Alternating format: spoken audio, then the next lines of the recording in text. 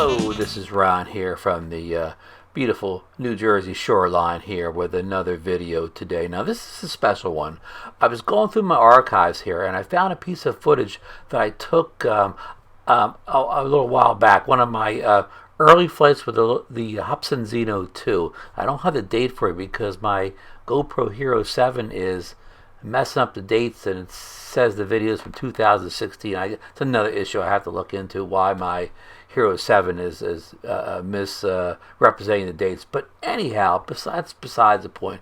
And why this video has kind of sat for a while, because I didn't know what to do with it. I took it out to a location near the beach that I had flown at I think the day before or 2 days before, and I had a good flight. I had that good smooth hover. I don't even know what operating system I was on then, but it was like a early operating system, like something like that came out right after I received the drone in sometime in early March, but early mid-March. But anyhow, I said, sorry I'm foggy on these details, but the point is, okay, so I returned to this same location kind of like the next day, because I had such a good flight there the day before. I had such a good hover, so I wanted to film the takeoff and hover, since a lot of people have complained with the Zino 2 about rough takeoffs, about the optical flow sensors not working very well and the drone moving all over the place. Well, anyhow, so I take this drone off expecting a good hover, and as soon as I take it off, it starts moving away from me. I mean, really moving away from me.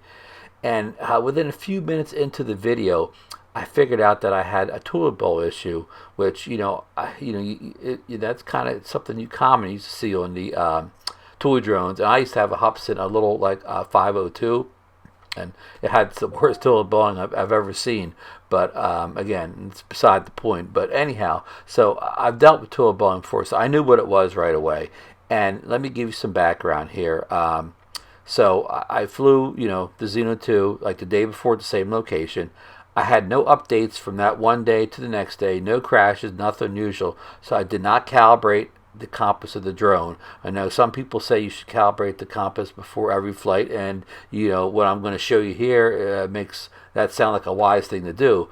But I usually only calibrate, when I have an update, a crash, or I take it to a location I've never flown at before, like far away from my usual locations. But again, some people are going to say do it before every flight, and this video shows that maybe they're right. But anyhow, so I take it off, and again, right away I see this toilet bowling issue. So again, I've seen it before. I kind of know how they handle. So I'm flying in such a way that I'm letting the toilet bowl almost like help me work it back to me and get it low and close or whatever. And then when I got it close enough, I do kind of like emergency landing on the beach. I don't call it crash land, because I did manage to land it on its feet and not have it flip over or anything. So that helped keep the level of sand down that got in the drone or whatever, that it landed on its legs straight up. So it threw some sand up, but nothing that I couldn't get cleaned out or whatever. And then the good news is, when I got it all cleaned out and I took it out for the next flight, I did calibrated the compass. I calibrated everything you could on the drone, the gimbal, and it's got another calibration too, kind of like the DJI one where you spin it all around. I forget the name of it. They call it on the Zino 2, but I calibrated everything you could calibrate. And the next flight, things were back to normal. It was perfect. Flew like a charm. You hovered fine, you returned to home fine, everything, no tool bowling, it was good. So of all my flights, I mean, I've flown, I don't know, at least, we'll say 15 times with the Zino 2 already. That's the only time I've ever seen a tool bowl issue. And again, I can't tell you why, because it was nothing to do with the firmware update at that point, because I had no new one since my last successful flight, and I flew at this location before, so if there was any interference or anything there, it must have been some kind of new interference that wasn't there on the previous day when I had a successful flight. So this appears to be a one-time anomaly here. So I'm not gonna, I'm not trying to say the Zino 2 toilet bowls, because again, maybe it was a one-off. I haven't seen it before. I haven't seen it again, and I've flown. I'm gonna say this happened on the first 5 flights, and I've had at least 10 flights since then, and they've all been very successful. So, watch the video.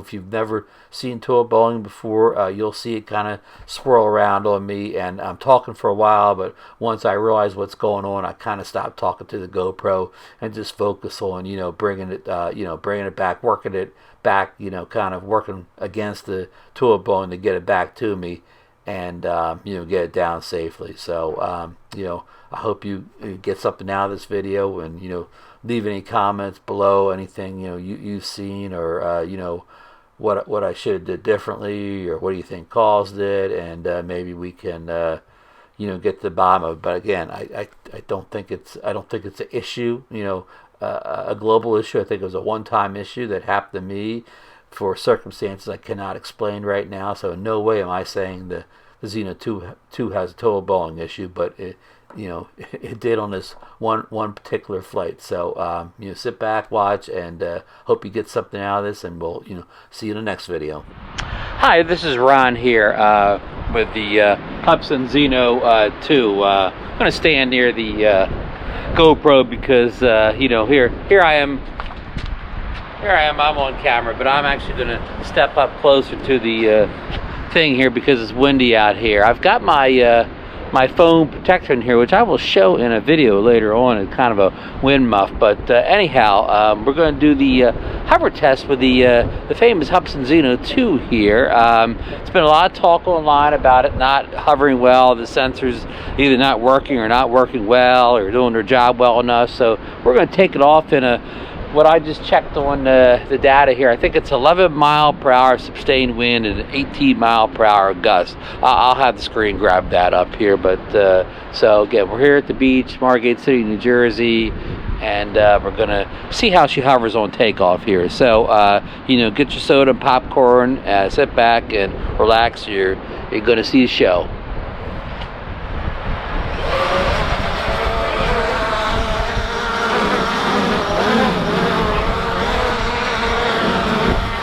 Okay, so I'm not touching the sticks at all. It's doing this all on its own. It got off to a rough start, but it's leveling itself out now. Again, no hands on the sticks. It's moving around a little bit now. Oops. Okay, now I did grab control of it there. I was afraid it was going to go back and hit this tree here. Now, yesterday I had it here, and it was hovering perfectly now, but she's having problems now.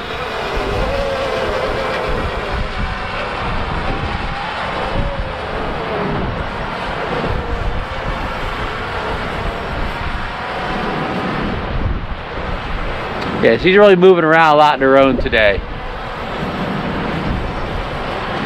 I thought I even started to see a little tulip bowling here, so we're going to bring this thing back down again and, get her situated here. Okay, at this point, I stopped talking on the GoPro because I realized that I had a serious tulip bowl issue, and I wasn't going to be able to continue the flight. So what I did is I kind of flew it, against the tulip bowling. I would I'd use what tulip bowling was doing to help, bring it back to me. So I was trying to get it, as low and close to me as possible, so I could make an emergency landing in the sand here, because I realized I wasn't going to be able to bring it back and land on the landing pad because, I had some control over at this point, but I definitely didn't have enough control to make a smooth landing. Again, I can't explain it, but I've dealt with a drone that had toilet bowl issue before, so I kind of know how to fly it to not let the toilet bowling get worse. Because the last thing you want to do is let it keep toilet bowling further and higher away from you. So, like I said, I was I knew how to fight the toilet bowling, so that's what I was doing here, working it slowly, closer to me and lower, and trying to make a emergency landing in the sand, which I did. I mean, it didn't crash land; it landed in the sand, but of course, it got some sand on it. But I did manage to land it, on its legs, not upside down or anything. So that helped keep the sand, out of the motors, for the most part. I cleaned it up real good before I went on the, the next test flight. So it was fine afterwards. I did a compass calibration before the next flight, and I haven't seen this toilet bowling issue again. So I don't think it was a problem with the drone. It was just something in the location, or something happened unexpectedly that I could not repeat. So we're all good now, and the drone's safe. So thanks for watching, and we will see you on the next one.